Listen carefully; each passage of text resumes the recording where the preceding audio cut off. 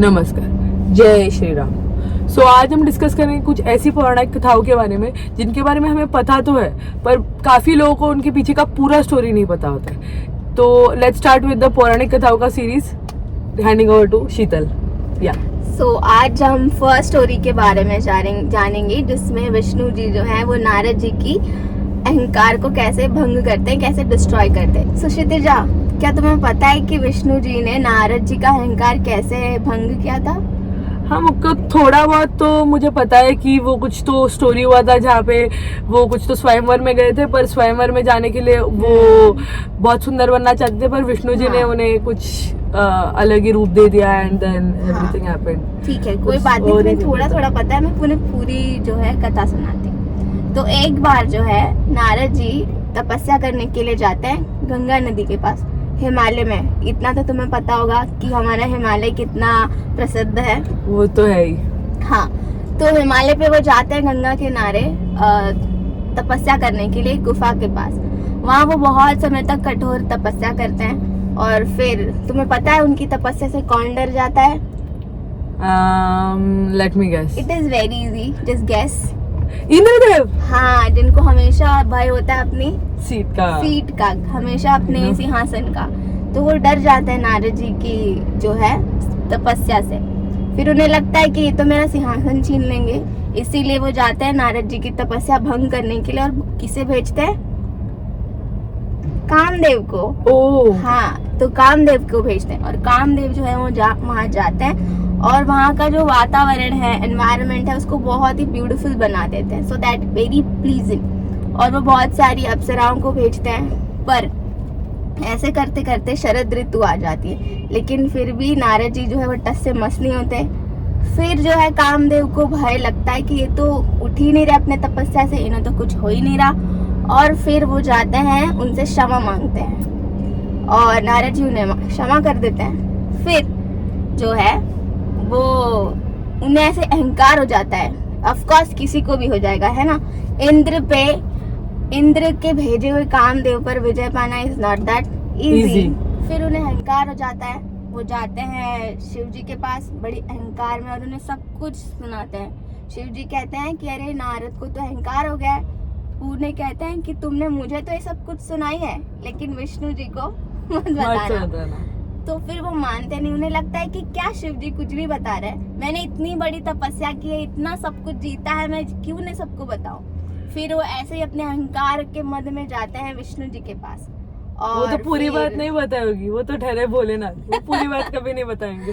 हाँ, तो विष्णु जी तो ठहरे सबको, टेढ़ों को सीधा करने वाले, और नारद जी उन्हें सब कुछ बताते हैं।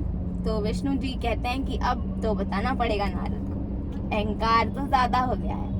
तो नारद जी जो है जाते हैं रास्ते में, विष्णु जी कहते हैं कि अब तो इसका अहंकार तो मैं नष्ट करके रहूंगा। और फिर वो बसाते हैं एक माया की नगरी।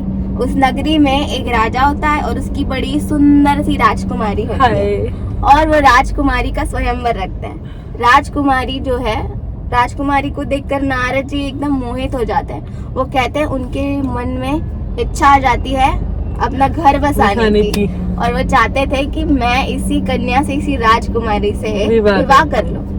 तो फिर वो जाते हैं, वो सोचते मेरा रूप तो इतना अच्छा है नहीं, मैं तो ठहरा मुनि का वेश धारण किए हुए, वो मुझे कैसे पसंद करेंगे और मुझे कैसे माला पहनाएगी। तो इसीलिए वो जाते हैं विष्णु जी के पास सहायता मांगने के लिए। विष्णु जी क्या करते हैं, वो कहते हैं कि ठीक है, वो कहते हैं अपना रूप दे दो नारद जी, मुझे हरि का रूप दे दो। हरि का दूसरा जो मतलब होता है संस्कृत में बंदर भी होता है।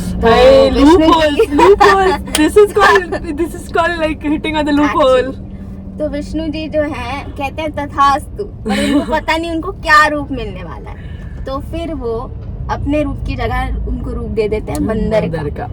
नारद जी को तो पता नहीं होता, वो ऐसे ही बंदर के मुंह के साथ जगह जगह घूमते रहते हैं और फिर ऐसे करते हुए जाते हैं वो स्वयंवर में। स्वयंवर में जाते हैं, सब उनके ऊपर हंसते रहते हैं, और जब वो वहाँ खड़े होते हैं तो जो राजकुमारी होती है विश्व मोहिनी, उसका नाम होता है विश्व मोहिनी। क्या बात है, बहुत सुंदरी, विश्व में जो सबसे सुंदर थी ऐसी राजकुमारी थी वो।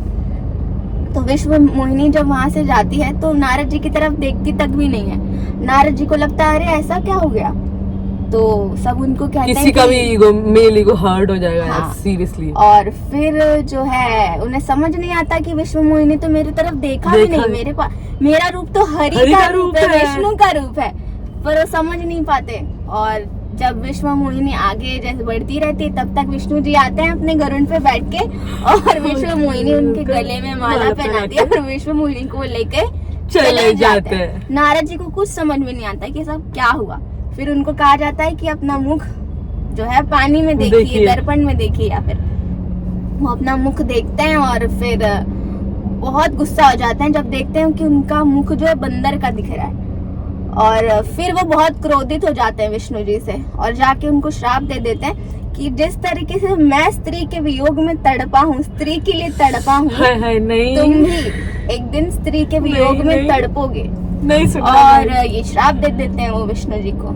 फिर जब विष्णु जी जो है, नारायण जो है, अपनी माया की नगरी और अपनी माया को वापस ले लेते हैं, तब फिर नारद जी को पता चलता है कि अरे ये तो माया थी, भगवान की माया थी।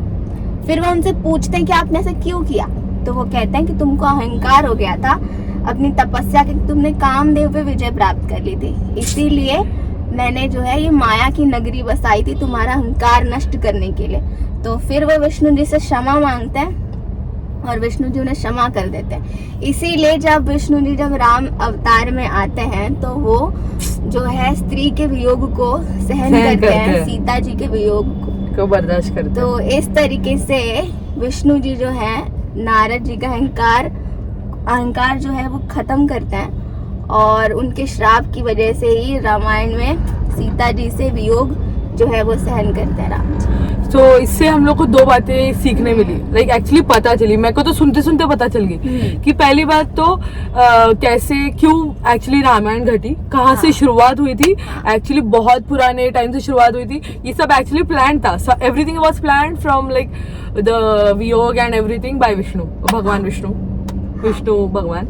एंड दूसरी बात, कितना भी कुछ भी कर लो जिंदगी में, कहीं पे भी कितने भी लेवल तक पहुंच जाओ, कोई भी सिद्धि प्राप्त कर लो, कभी अहंकार मत करो। अगर अहंकार कर लिया तो वो सिद्धि इज नल एंड वर्ड, फिर वो सिद्धि तो यूजलेस ही हो जाती है। क्योंकि अगर अहंकार पे जीत नहीं पाए, वापस वही करके सब कुछ करके फिर माया में फंस रहे हो, अहंकार के माया में, तो फिर तो क्या ही सिद्धि प्राप्त कर ली। हाँ, और दूसरी बात की इससे ये सीख, ये तो तीसरी बात हुई, मैंने दो बात बता दी। तो ठीक है, तीसरी बात कि जो भगवान जी जो भी रचते हैं, जो भी हमारे जीवन में होता है, सब कुछ प्री प्लान्ड होता है और वो हमको हमेशा बुरी चीजों से बचाने की कोशिश करते हैं, बस हम नहीं समझ पाते। हाँ, और इससे ये मत समझो कि प्री प्लान्ड है तो तुमको कुछ करना ही नहीं, कुछ चेंज नहीं हो सकता। अगर तुम्हारे अंदर वो कैपेबिलिटी दिया है किसी ने कि कुछ कर सकते हो, अगर उस पर विजय प्राप्त कर सकते हो, तो विजय प्राप्त करने के बाद भी there is another line which is planned for you. God always plans two lines. It's either negative or positive, and even positive has so many lines. So please keep trying, keep doing your best, and meet in the next video. Bye. Jai Shri Ram. हाँ, राधे राधे। पांडुरंग हरि वासुदेव, विठ्ठल रखमाय, विठ्ठल रखमाय, विठ्ठल रखमाय, विठ्ठल रखमाय। बोल जल्दी, Vitthal रखमाय, Vitthal रखमाय, Vitthal रखमाय, Vitthal रखमाय। Bye.